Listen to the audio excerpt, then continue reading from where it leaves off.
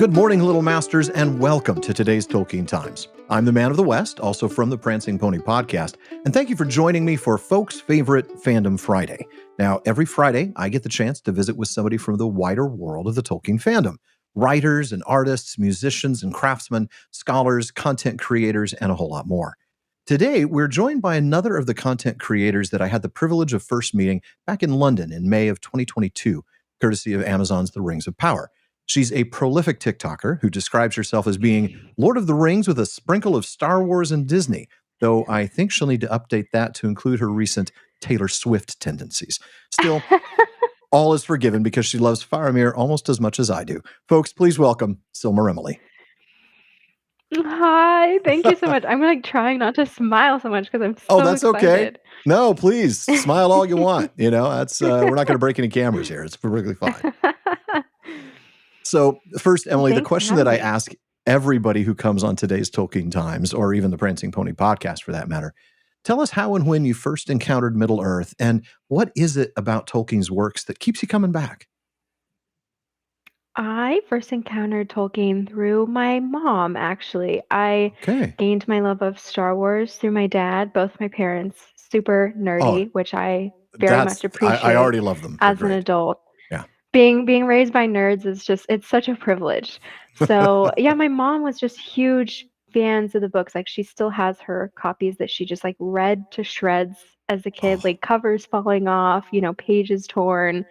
She loved those books. And so I can remember watching the movies growing up, and it wasn't until high school, I think, that I really kind of returned to that, and I became that person that like any of my friends that even would allow me for 1 second, I would beg them to watch the movies. I think I did. Yeah. Like I had like viewing parties. Like I made all my friends come over, and I was like, we're watching the extended editions. Of course, there's only one edition, and it's the extended edition.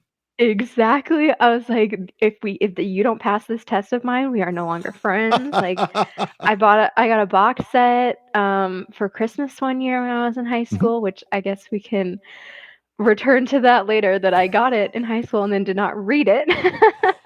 Well, that's okay. We understand. And then I worked in my high school's library my senior year of high school, and they were kind of culling books that they hadn't been checked out in a long time. And because I worked there, I got to help, and there was books that they pulled out that they were taking out of circulation, probably to donate. And there was this copy of the Silmarillion that hadn't been checked out in maybe a few years.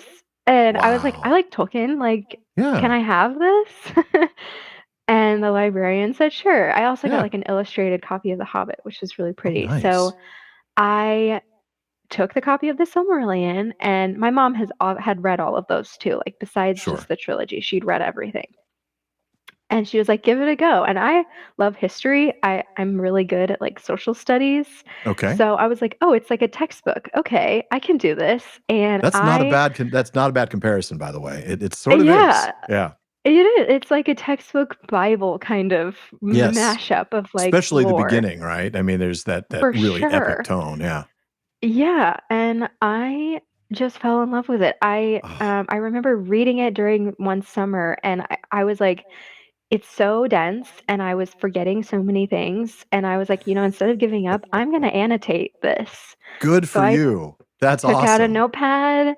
I stole some little, like tabs, Post-its, and I annotated the book, and I read it, and I loved it, and I think I reread it many times since then, until getting to finally the trilogy, which was, I think, just last year that I finally got to it. So that is fascinating. What a different approach. I had like a really different approach which was, obviously seeing the movies a lot. But then I read the Silmarillion first, which I don't think many people do. No, not a lot of people do. We have had a few who've read the Silmarillion first. We've had some people who, I think I encountered one person we had on who had started with the appendices because The Return of the King was the first book they had, and they didn't want to start with the story, so they started with the appendices.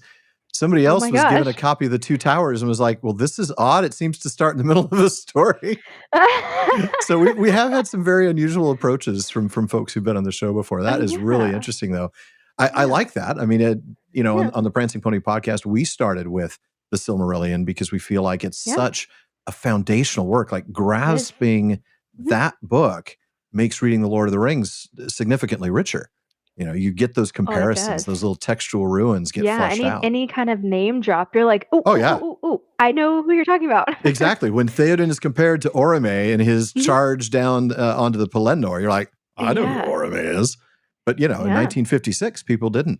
That is a really interesting approach. So you started kind of first with the films and then made your way to the books, but you made your way to the books Mhm. via the Silmarillion. I want to talk about that Yes, fact like that you kind of started with. roundabout. Yeah. I want to talk about the fact that you started with the films because I think that's a reality that in the Tolkien fandom we're seeing more and more of as adaptations become more prevalent. In fact, over time, the Yeah. percentage of people that come to the books first is going to be less and less. So, given your experience in Mhm. this, I kind of want to look at and see what you think from your perspective, what pros and cons are. What might actually be better about seeing an adaptation before reading the books? And then what downside do you see, if any, in encountering Middle Earth first through Yeah. adaptation? I feel like I'm biased Well, we because all are, right? You're biased towards what you did. Yeah. I, um I do, find myself preferring the films. Okay. I attempted the books when I first got them, and I did not catch on to, Fellowship. It did not grip me, because it's a slow start, It like, is. It is he's a world slow burn for building sure. and Yeah. yeah, and, yeah, I just found it very, slow, Okay.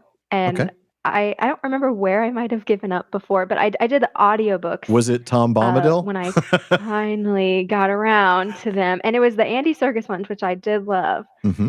Because when you get to Gollum, it's Gollum, Oh, yeah. You're like, Yeah. "Oh, this is a familiar voice," and he does such great voices He and really does. narration for all of the characters, so Mhm. that did help, but yeah, the Tom Bombadil, singing everything he says, it was like a little of an eye twitch for me, and, A something that I little bit of an noticed eye twitch. Okay. I like that. something that I Trochaic noticed tetrameter is not your yeah. thing, apparently. Yeah. No, 'cause I this is an extremely unpopular opinion, but I think That's had I okay. had the physical copy in my hands, I would have skipped over all of the songs and all the I've admitted poems. this on the I don't show. think I There's no would have shame in that. The very I first, don't think I would have read probably them. 10 times I read the books, I skipped over every instance of poetry. I Yeah. mean, I'm embarrassed Which about it now, but right. yeah, I did it too. I mean, I don't do it now because I've learned so much and I really actually have come to Right. appreciate it. But that's a fair Yeah. response. And a lot of people, you're not alone in like, Yeah. I'm just going to keep on going with the narrative here. Yeah. Yeah. And I found myself if Tom started, I was like 15 seconds, kind of like spamming the button. I was like, I don't, Yeah. because by seeing the movies and obviously Peter Jackson cut a big chunk of Fellowship. Like Yeah. they just show right up and Those breathe. 3 chapters And involving Tom, right? The old forests, yes, the house of Tom Bombadil and the Barrow right. Downs all had to be cut, which as a side note is a shame because I can imagine Jackson doing the Yeah, Barrow Downs incredibly well. He's a horror guy. He would have exactly. absolutely made that Right. scene wonderfully scary. Yeah. But how do you do that Yeah. if you don't have Tom in the story? So, yeah. Exactly. And I feel like I found myself agreeing with all of the choices that he made. Like as I was reading and realizing what he had changed and what he had Mhm. cut, I like the conversation between Frodo and Gandalf that happens in the movies in the Mines of Moria happens Yeah, like before he even leaves the Shire in the book, and it was like less impactful because like he hadn't gone through anything yet. There was no it's like true. weightiness to it, Mhm. and I'm not a huge Tom Bombadil fan. I think he That's was a good okay. choice to be cut. So, yeah, I just found myself being like, oh, I agree, and I found those scenes that aren't in the movies to be like kind of extra, like extraneous, like I don't want to say unnecessary, but No, I hear you. in Yeah, my mind, like I have such a good grasp of the story that was told in a visual format that exactly. I didn't need all of the extra stuff happening, and I also found it hard to picture. And that's something that I feel That like makes sense. when you see the movie first and then you read Mhm. like my mom had told me, when she watched the movies for the first time in the early 2000s, like having read the books, Yeah. she was like, oh my gosh, like finally like these mental images that you kind of cobbled together while you're Yeah. reading and you're like directing your movie in your head are Yes. like fully realized. and and she was just like blown away by how alive and how accurate it felt. And Hmm. so I found the scenes that don't happen in the movies extremely hard to picture. Like it was like my Even sense if they of, were I guess this familiar is sort of like a characters, like, con. yeah, Yeah. Like I don't know if it's a pro or a con, but it's, I felt like that's my fair. imagination had kind of been stolen from me in a way. Like I That's fair. appreciated being able to visualize things. And like when like Frodo's talking, I'm like, okay, Elijah Wood. Like I can see Yeah. Elijah Wood in my head. I don't have to like imagine what these characters look like. I have images them in my head already.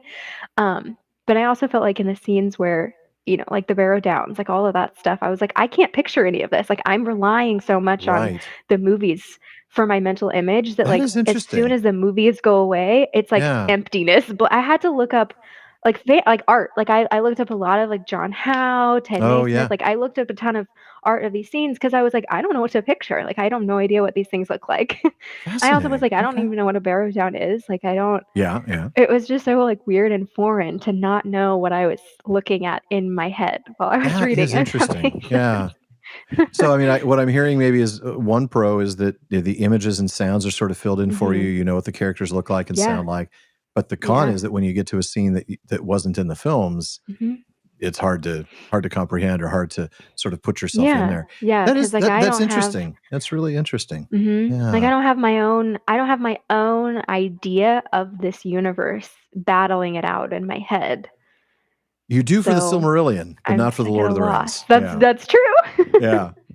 And that is Yeah. interesting. I know that as somebody who's read the books first, it's there's a similar response Mhm. in the sense that I had Mhm. pre-existing imagined You had ideas of these preconceived notions, characters, right? yeah. Like your So mom you're would like, "Oh, have. that doesn't look Very like much. how I pictured." You Yeah. know, I knew, and some characters were identical. I mean, like Gandalf, Ian McKellen as Yeah. Gandalf is Oh, Gandalf, man.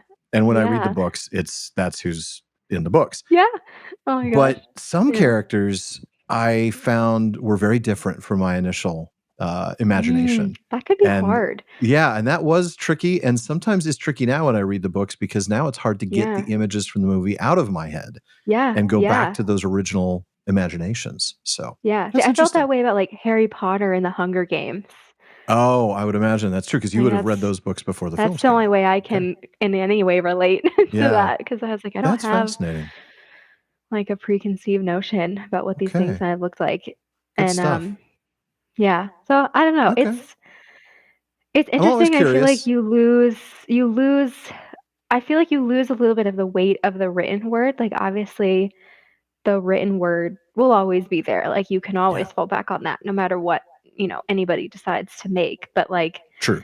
um yeah, there's certain things that you lose out of the intention Mm. by coming it to a movie. But selfishly, I just can't help but prefer the movie version of events. Like Well, you fell in Boromir's love death. with it, Like right? You watched none that. of Yeah, my brother, my captain, my king. It's just like Boromir dies next. Like there's just so many instances besides a few yeah.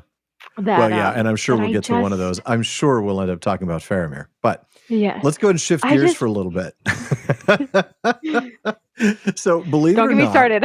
I know. I'm like, oh, we could spend this is supposed to be a 15-minute segment, but if we talk about Faramir, we're going to be here all day. Yeah, can't Believe do it or that. not, we've not talked much about Amazon's The Rings of Power on today's Tolkien Times. Hmm. And that's maybe because we're still many, many months away from season 2. But I want to get a quick lightning round in on the show while Yeah, you're here. Favorite yeah. character from season 1? Nori.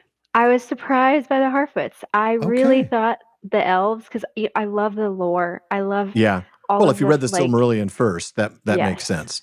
Yeah, Yeah. the elves, Nori. that's my favorite section of the Silmarillion. Okay. So I really thought the elves were gonna be my favorite, but, But Nori yeah, stole your I heart. loved she did. I felt kind of like I could relate to her more, like her Okay. desire to be something, to do something, to be Yeah. special and make a difference. I I like really that. love her. Excellent. Good choice. New character in season 2 that you're looking forward to the most.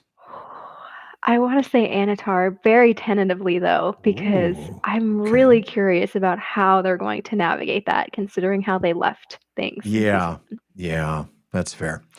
Best moment, and it doesn't have to be totally specific, but your best moment of dialogue or storyline from season one.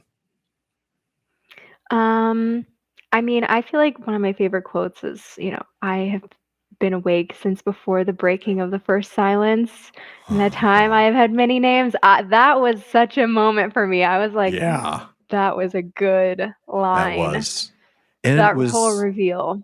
it was really well shot. It was well, I mean, all these really tight camera angles, and that was Yeah. an intense scene. Yeah. Oh, it was. Well, the And, flip side of I don't that know. coin. Oh, I'm so sorry. Go ahead. No, Continue. you're fine.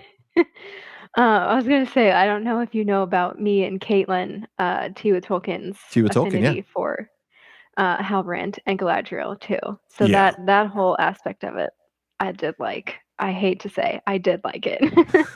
Well, I knew better than to ask her too much about Haladriel during Yeah. Tea with Tolkien's time on the Oh show, yeah. but Again, yeah. don't get her started too. It would be like talking about Faramir with you. We'd be here all day. So Exactly. the flip side of that other coin about your best favorite moment from season one, what was your most frustrating moment of dialogue or storyline from season one? The thing that's sort of like, are you kidding me? Um, I mean, Or the was there whole one? thing with there was a few. I feel like the same as most people had. Any of the big moments that you kind of heard the outcry throughout the fandom, I might agree with. My biggest one was just how quickly they forged the rings. I was just a little Yeah. disappointed that the forging of the rings was like such a quick Yeah. moment, and yeah, that was a little disappointing. I really hoped for more of like a drawn out Mm-hmm.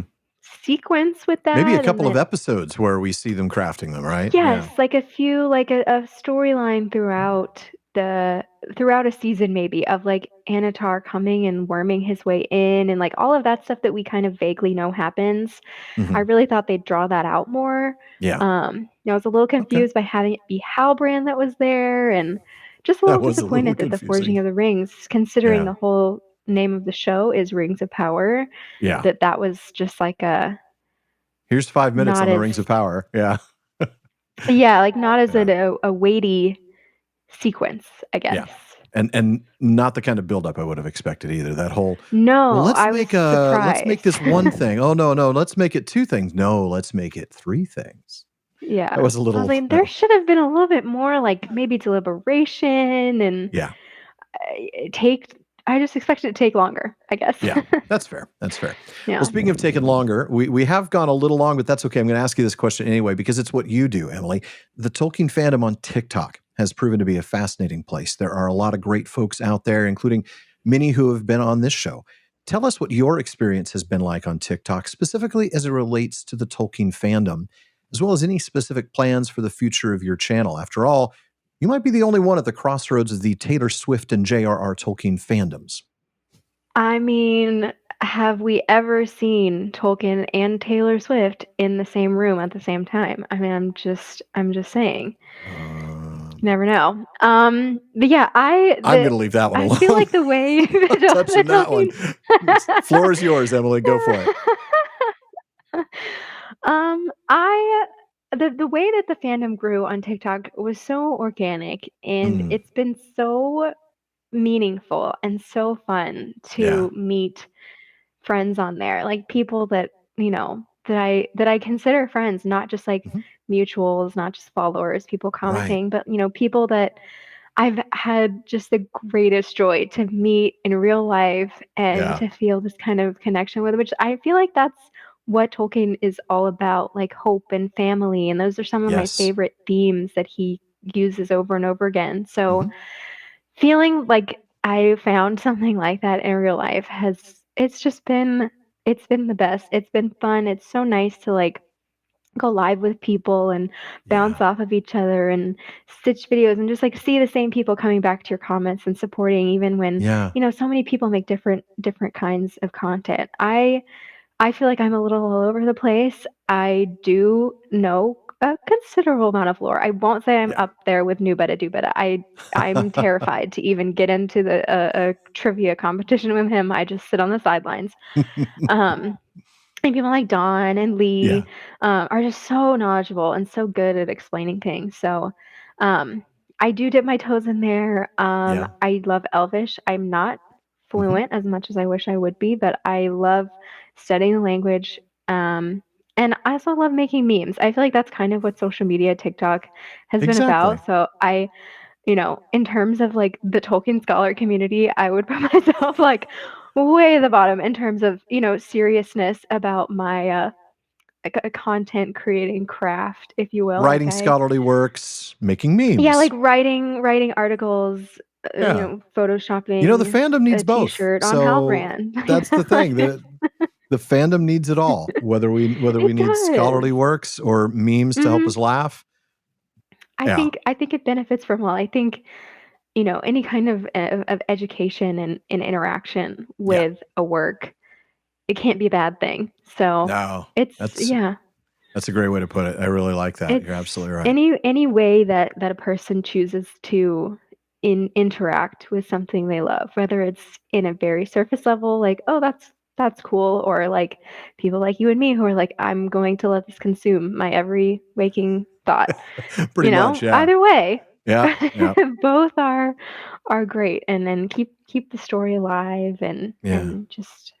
There's room in the fandom for all of us. Yeah. Absolutely. No doubt about it. So it's been great. It has. That is awesome to hear. Well, where can people find you? Obviously TikTok, but how would they find you there and follow your other content? Yeah, it is Silmaremily, same as Instagram, now defunct Twitter. I don't know what's going on there, Whatever but we I'm call still there, just hanging out. But yeah, pretty much any app. You can find me at Silmaremily. We'll make sure that tag is above your picture here on the video, so my editor will take care of that for us, and folks will find you, I hope. So well, in the meantime, thank you, Emily. But folks, that is it for today's Fandom Friday. Come back next week for another Fandom Friday to meet another of your fellow Tolkien fans and maybe even learn what niches of the community you might be interested in exploring. And if you're interested in joining me here on today's Tolkien Times for a future Fandom Friday, let me know by emailing barliman@theprancingponypodcast.com. Please visit patreon.com/Tolkien Times to learn how you can support this show, get an ad-free feed, a monthly hangout with me, a bonus weekly episode, and a lot more. And please join me again tomorrow on today's Tolkien Times as we wrap up this week with Silmarillion Saturday. If you're watching this on YouTube, please be sure to like, subscribe, and turn on notifications. Please follow or subscribe in your podcast apps and follow @Tolkien Times on Instagram, Twitter, and TikTok. Finally, as Faramir says, go with the goodwill of all good men.